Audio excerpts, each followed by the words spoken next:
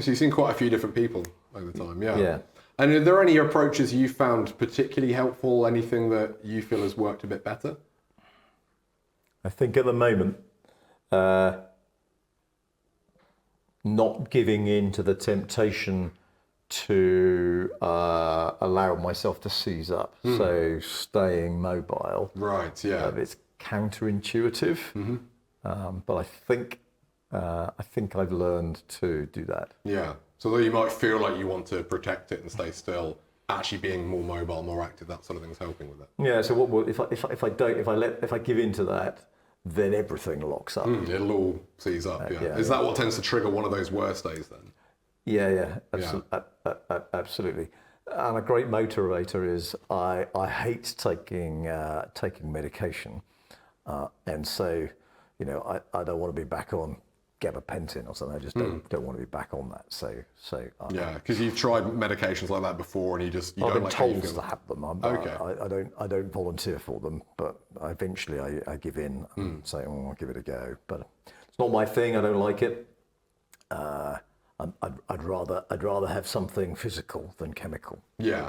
So if we can avoid medications, that sort of thing, anything to help keep you moving, keep you more mobile, that'll help with things. Yeah. All right.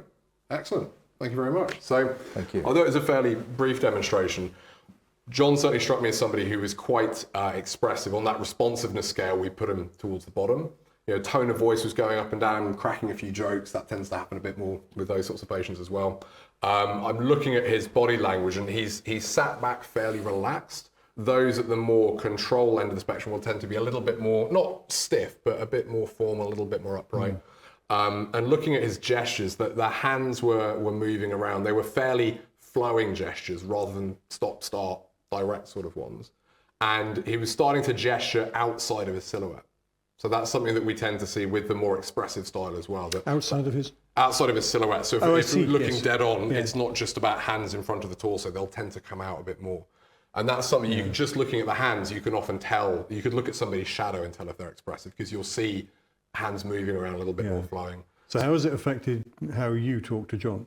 So as I started picking up on that, I was changing my posture a little bit. So I was starting to sit a little bit more relaxed. I was starting to gesture a bit more myself. Similar sorts of things. So although I wasn't copying your gestures, I was noting that as I talk, I might move my hands a bit more. And my tone of voice, I was making sure to vary it up and down. I was not being loud, but certainly not being too quiet either. And I wasn't afraid to jump in and say something as well. So there was a bit more of a back and forth than I might do with some patients there. Yeah. I mean, of course, like most patients, John lies, because I've seen him self-medicating on many occasions in the local pub, and he's not entirely averse to chemicals, but I do know him quite well. I also am witness to the girly squeals that come out of the treatment room whenever he's being treated.